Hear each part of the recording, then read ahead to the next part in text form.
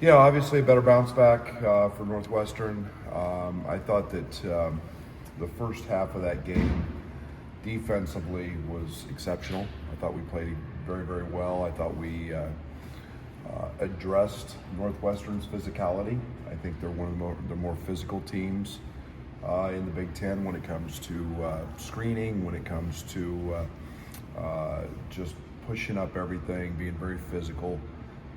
And I thought we did a really nice job of matching the point of attack. The ball screen with Leach, especially in the first half. Merez on Martinelli. The physicality, I think, was important. Bam did a nice job on Barnheiser.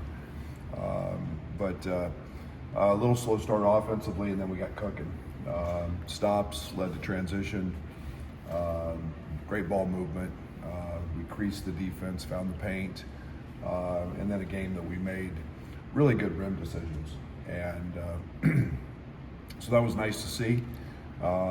Next up is Nebraska, a team that this year has been elite on the defensive side. I think they were as high as 4 maybe in the Ken Palm.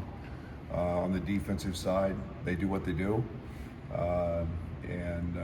Fred's got another very, very good group.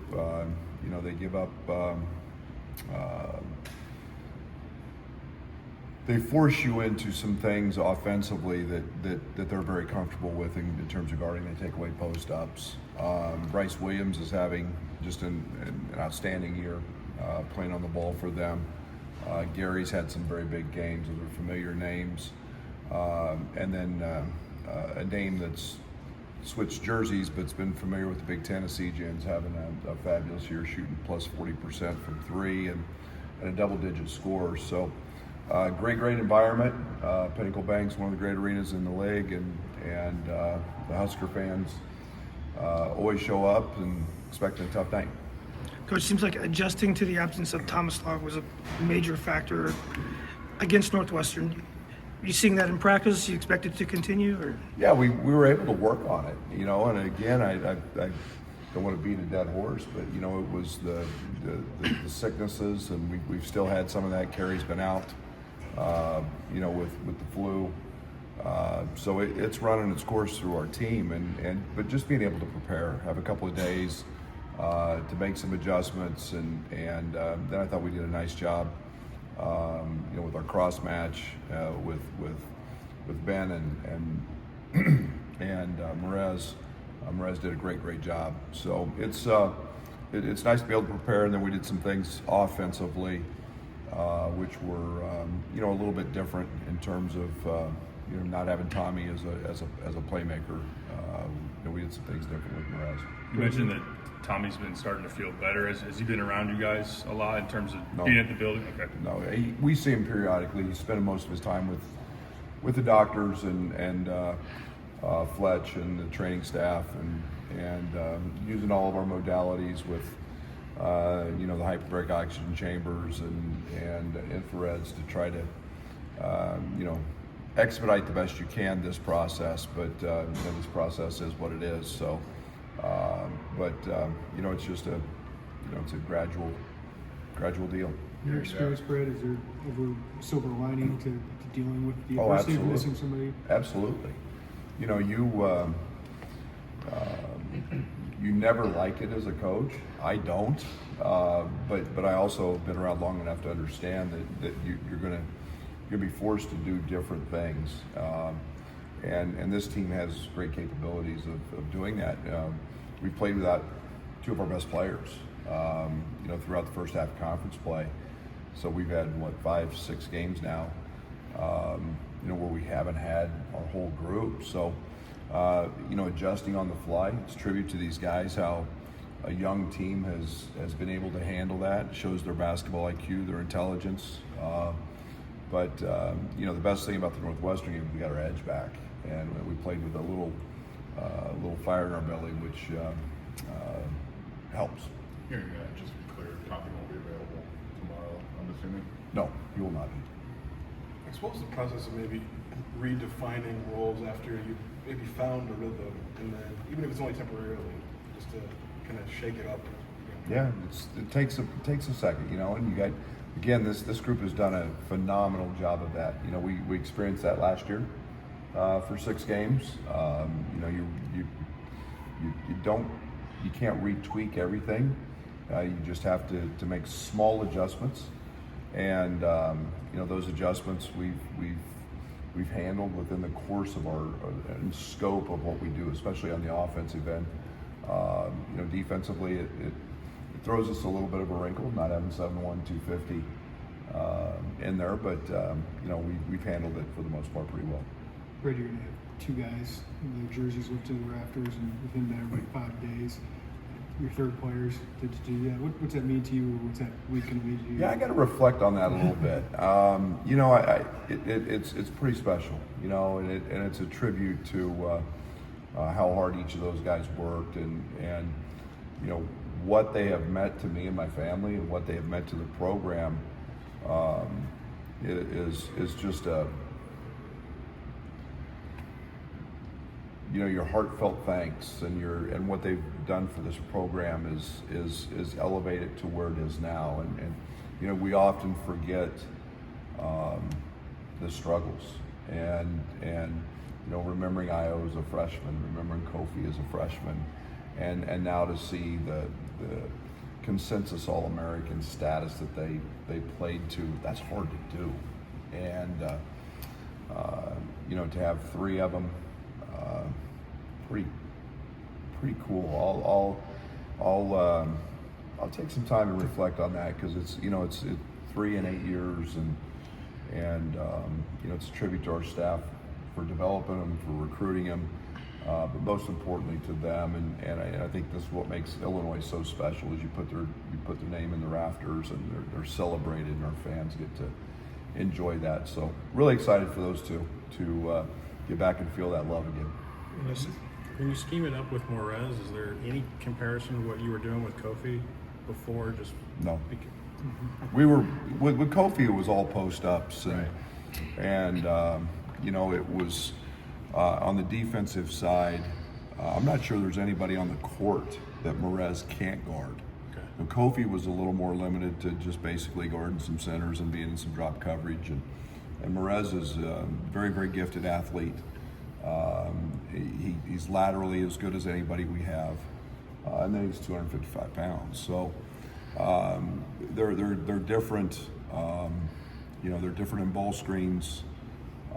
So it's you know, Morez has got some true gifts that you know, we're just starting to utilize, and they are different than Tommy, and they're quite a bit different than Kof. in this day in college basketball, how do you get the buy-in from the bench guys to be able to have the production that they do? Character. Find guys that want to compete. I think that starts in the recruiting process. I think it's something that we've, you know, we test for. We test for personality. We test for guys who want to win, guys who want to compete, guys who want to work.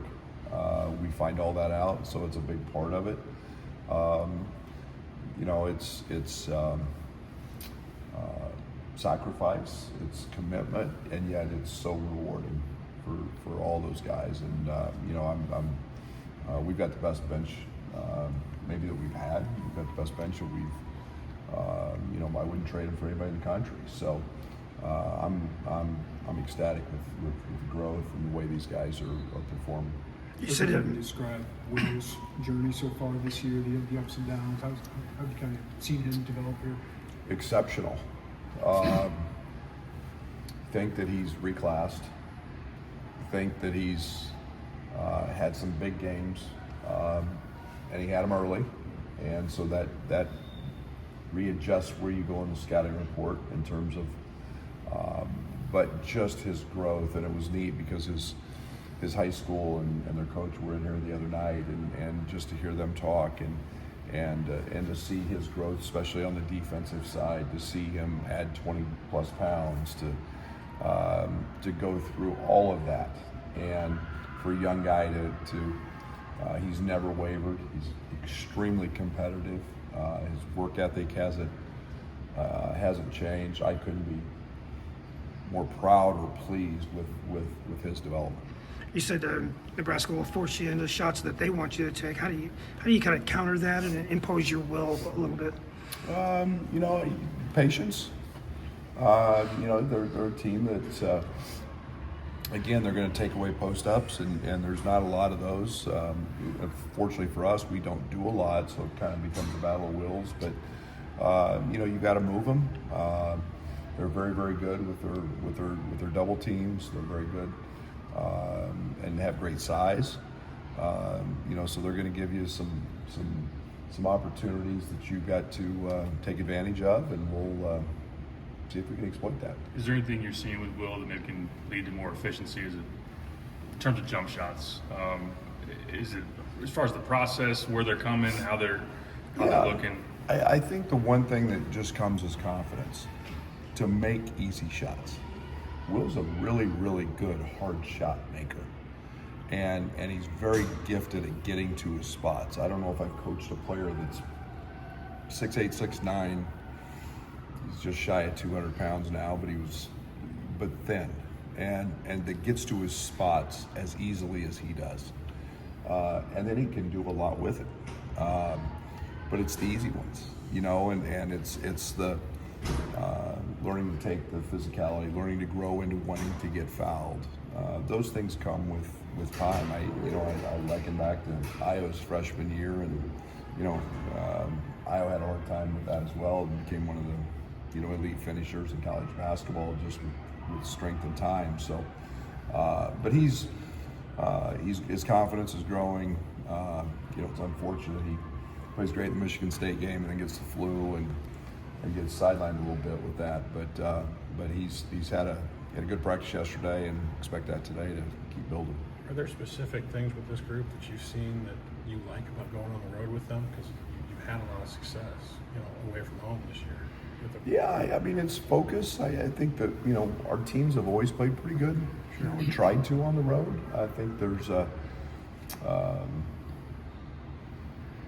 you know, maybe it's like, you know, we like people booing at us and screaming at us and cussing at us, and but it's you know, every game's different, and every focus and every matchup, and court's 94 feet, the rim's 10 feet, and you know, that sounds very cliche, but we're just going to go out and play the best against that opponent, no matter where it's at.